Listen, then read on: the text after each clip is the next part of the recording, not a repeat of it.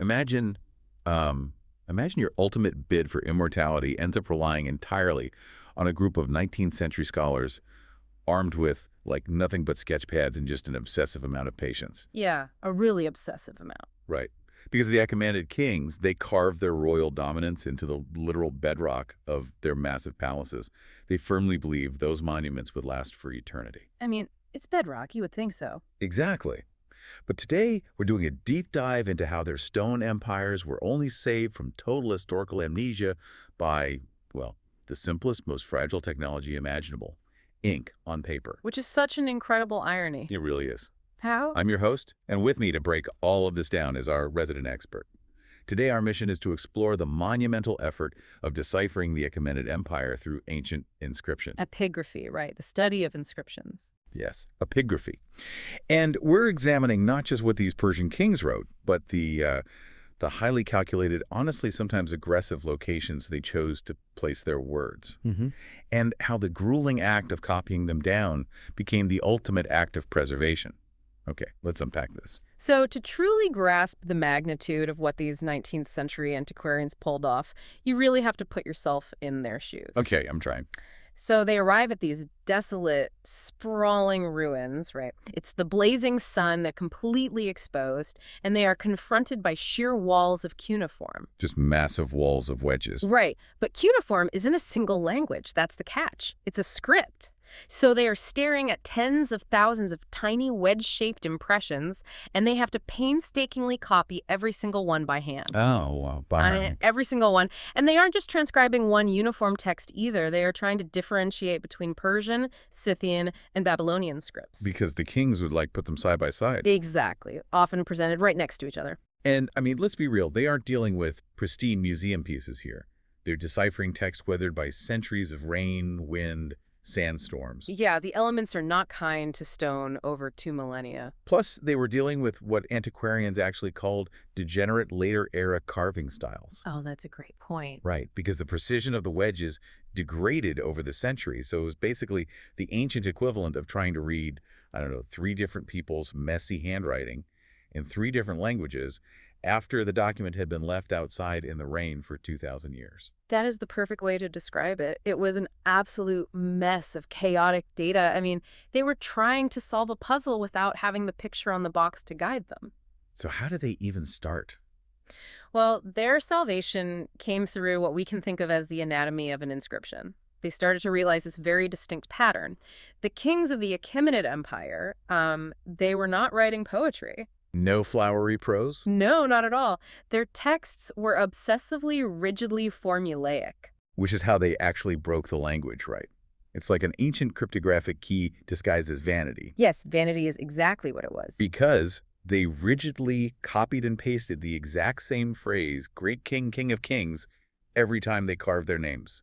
So they accidentally left behind a fixed cipher that scholars could use to break the entire language. Yeah, and what's fascinating here is how that repetition functioned mechanically for the scholars. The antiquarians already knew the names of certain Persian kings, like Darius and Xerxes, from ancient Greek historical texts. Like Herodotus and stuff. Right. So they looked at this massive wall of raw archetype cuneiform, just the raw wedges, and searched for repetitive visual patterns that matched the syllables of those known names. Okay, so they guess a name, and then what? Once they guessed a name, they could transliterate the sounds. So they see a cluster of wedges, they guess it sounds out Artaxerxes, and then they notice the wedges immediately following it are identical to the wedges following Darius or Darius. Ah, I see. Precisely. They deduced that the repetitive wedge cluster must mean king. It's like an ancient version of a standardized email signature. Or like boilerplate code. Yeah, that's exactly what it is. And then they build a Latin bridge to ground their work. So they translate the transliterated syllables into a scholarly structure they understand, like ego sum Artaxerxes, Rex Magnus. Which then finally gives us the English meaning. I am Artaxerxes, great king, king of kings, son of King Darius. Exactly. They reverse engineered the entire alphabet by using the king's own repetitive ego against the text. I mean, knowledge is only accessible when we can recognize the underlying pattern, and this specific formula allowed them to unlock the entire royal lineage, all the way down to Artaxerxes III. That is so wild. But If you crack the language of their power, I guess the next logical question is how they chose to broadcast it. Right, location matters. Because once we can read the king's boasts, a whole new dimension of history opens up. The physical placement of these texts wasn't just a random decorative choice. Not at all. It was highly intentional. It was a highly calculated projection of authority. And they handled their propaganda completely differently depending on the geography of the empire, which I found fascinating. Yeah, that brings us to Persepolis, which functioned as the ceremonial capital. You should think of Persepolis as the ultimate stone canvas. Okay, stone canvas. Paint me a picture. Well, it was characterized by massive elevated platforms and monumental staircases. The architecture itself was designed to make a visiting diplomat or a conquered subject feel incredibly small. Just dwarfed by the sheer scale of it. Exactly. Kings like Darius II and Artaxerxes, Ochus, integrated their epigraphy directly into the active architecture of the palace. And the psychological manipulation of the architecture there is just brilliant. There's this specific concept they utilize called the superfenestrarum. Yes, the superfenestrarum. Which basically means placing inscriptions deliberately over architectural voids. Specifically, the window frames and massive doorways. Well, think about the mechanics of walking through a building, right? A doorway or a window is a natural transition point. It's a choke point where your eye naturally goes and where your body is physically forced to pass through. You literally cannot avoid it. If you are walking through a doorway at Persepolis, the king's lineage is hovering directly over your head. You are walking under the literal weight of his ancestors. And they paired this text with intense royal iconography too. The cuneiform was flanked by these massive, imposing bas-reliefs of kings physically suppressing mythical beasts. Like choking out giant lions or monsters. Yeah, it's so intense. It acts as a visual translation of the power described in the cuneiform above. Because if you think about it, even if a foreign visitor couldn't read the Persian, Scythian, or Babylonian scripts, the message of absolute violent dominance was unmistakable. You don't need to read the language to understand a guy choking a monster. Exactly. The text declares, "I am the great king," and the image proves it by showing the king mastering the chaotic forces of nature. Persepolis was engineered to be a highly orchestrated journey of intimidation. But then you leave Persepolis and travel to Susa, and the philosophy of power flips entirely. It's a totally different vibe. Susa has this incredible, highly defensible topography. You have the bifurcated Euleus River literally splitting to wrap around the city. Creating these lush, sprawling date tree orchards in the lower levels. Right, and towering over all of it is the Great Mound, this elevated citadel known as the Palaeo-Persicae. Susa is integrated into a vibrant living landscape, which demanded a different architectural strategy. Under Artaxerxes' Mnemon, Susa relied on what we call the columnar grid. So no more carving into walls and staircases. Right. Instead of carving into walls and doorways, the text was intensely localized to the massive columns holding up the great audience halls. And not even all the columns, actually. They utilized a massive grid of pillars, but the surviving trilingual records were only carved onto 4 central anchors in the dead center of the hall. The literal core of the building. Yeah, and they repeated the text 4 times on those specific anchors, facing the different cardinal directions. The Susian column itself was an engineering marvel. It really was. You had a twin bull capital at the very top to support massive, heavy cedar roof beams. Then a towering fluted shaft scaled specifically for Susa's grandeur, and then the base. And that base is where they placed the epigraphic anchor, the actual trilingual declarations of the king. Okay, hold on. Wait, I have to push back on the logic of that placement for a second. Yeah, okay, let's hear it. The inscription wasn't at eye level, right? It was tucked right below the torus. The torus being that bulging, convex molding at the very bottom. Right, the part that bears the crushing physical weight of the entire massive column above it. So it required the reader to literally look down at the floor, at the foundation of the architecture, to read the king's name. That's right. But why would a king of kings force people to look down? Isn't projecting power usually about making your subjects crane their necks up in awe? Like the superfenestrarum at Persepolis. That's a really good observation. But if we connect this to the bigger picture, it reveals 2 fundamentally different philosophies of imperial control. You're right that looking up inspires awe. Yeah, that makes you feel small. Exactly. Persepolis integrated text into the active journey through the palace. It was an aggressive billboard demanding your attention as you moved. Right. Susa, however, embedded the text into the structural foundations of the hall itself. Ah, okay, I see. So it's less about, look how terrifying I am up here, and more about, I am the literal bedrock keeping the roof over your head from collapsing. Exactly. By placing the trilingual declarations on the square pedestals at the base of the central columns, the king is making a profound architectural statement. Which is what? That his lineage, his name, his decree, that is the foundational anchor of the empire. The cedar roof doesn't stay up without the columns, and those columns do not stand without the king's decree bearing the weight at the base. Oh, wow. So it's a message of fundamental stability rather than visual intimidation. Precisely. Okay, but massive stone complexes like Susa are great for projecting absolute dominance over whoever happens to be standing inside them. But how does a king project that unshakable foundation out to the borders of a massive, sprawling empire? Because you can't exactly pack up a talus and move it. Right, you can't ship a limestone staircase to Egypt just to remind them who was in charge. Which is why the material culture of the empire had to evolve. They had to figure out how to export this epigraphy on a much smaller, highly portable scale. So we see this transition from monumental architecture to the portable object. Yes, the micro scale of empire. Take the porphyry vase, for example. It's a stunning artifact made of Egyptian porphyry, which is a rare, incredibly hard purple stone. And the material itself signals vast geographic reach. Right, but carved right into this Egyptian stone is a quadrilingual inscription of Artaxerxes I. It's a physical synthesis of the empire's cross-cultural grip. And this epigraphic control permeated deeply into the daily administrative life of the empire, too. Bureaucrats literally carried the king's authority in their pockets. Oh, right, the cylinder seals. Yeah, we see this with the cylinder seal of Arsaces. It's basically an ancient ID badge. Pretty much. It's a tiny, highly personal cylinder seal featuring complex mythological iconography. But it uses miniature cuneiform to declare ownership. It translates simply to Arsaces by name, son of Achaemenids. But look at the underlying mechanism of that tiny inscription. Name, son of name. Oh, the structure. Exactly. Even on a micro scale, the individual official is mirroring the grand, rigid boilerplate structure of the King of Kings.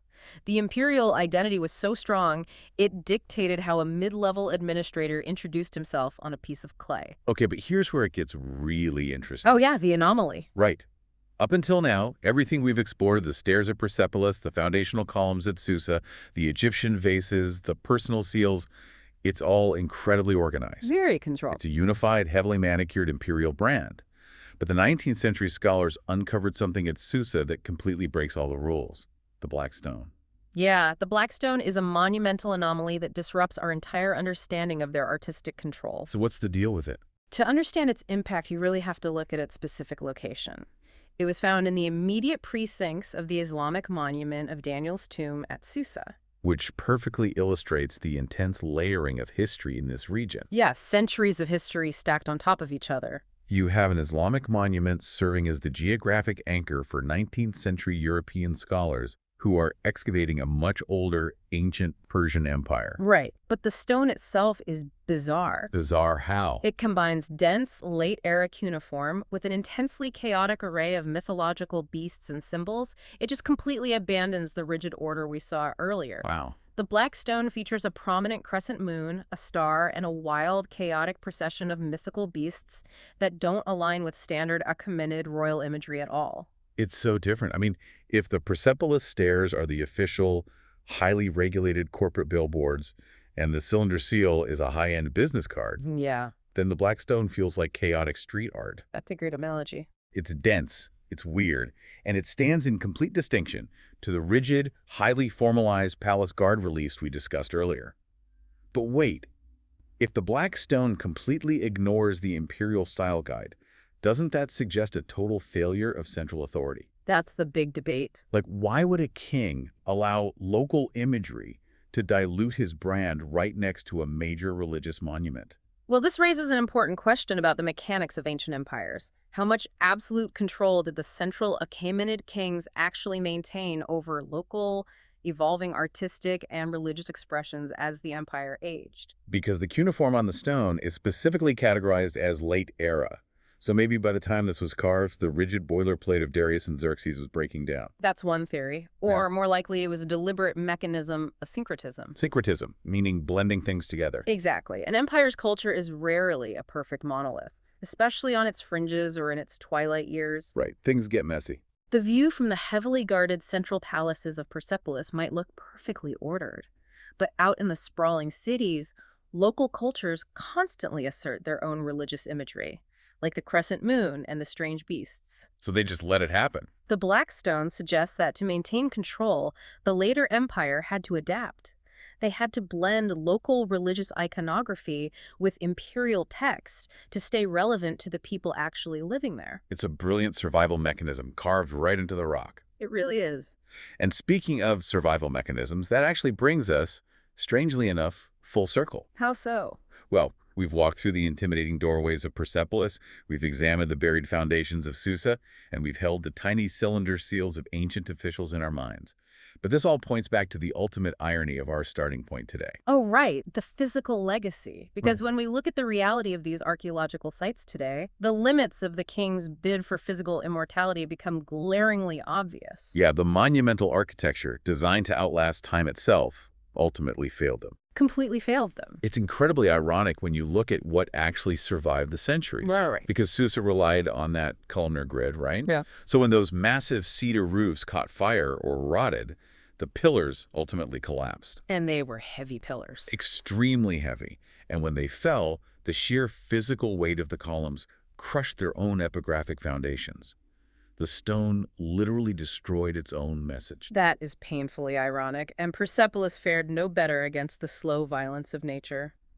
Limestone is not immune to time. No, it is not. Centuries of wind, rain, and extreme temperature changes, they slowly melt the sharp edges of the wedges away. Not to mention human intervention. I mean, at both sites, massive column bases and stone canvases were simply lost, buried, or dug up and repurposed by later generations. Right, people who just needed a good, flat rock to build a local house or a retaining wall. Exactly. The kings genuinely believed that stone meant forever, and they were entirely wrong. Which is exactly why the agonizing labor of those 19th century scholars was so vital. The antiquarians with their sketchpads. Yes. The antiquarians sitting in the dirt, meticulously drawing lines and copying wedge after wedge into their sketchpads.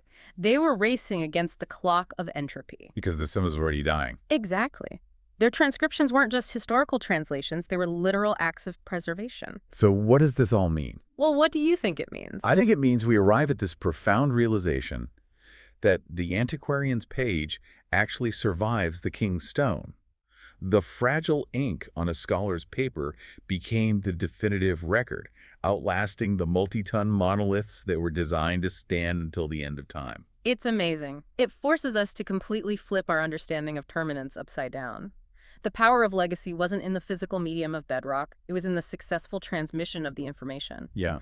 The scholars managed to rescue the data from a dying, rigid medium and transfer it into a living, portable one. And that leaves you, listening right now, with a really fascinating thought to mull over. I love this part. Think about it. The Achaemenid kings firmly believed that carving their names deep into bedrock would grant them immortality. Yet, they were ultimately saved from total oblivion by fragile ink on paper. Just a few guys with notebooks. Right. And in our modern era, we entrust our entire lives, our histories, our family trees, and all our collective knowledge to the invisible, ephemeral cloud. Which isn't a cloud at all, it's just someone else's computer. Exactly. We think of our data as permanent just because it exists digitally on a server somewhere in a desert. But when those servers inevitably crash or weather away, or the digital format becomes entirely obsolete. Which happens faster than we'd like to admit. It does. What is our equivalent of the antiquarian's sketchpad? What physical medium will actually survive to tell your story in 2,500 years?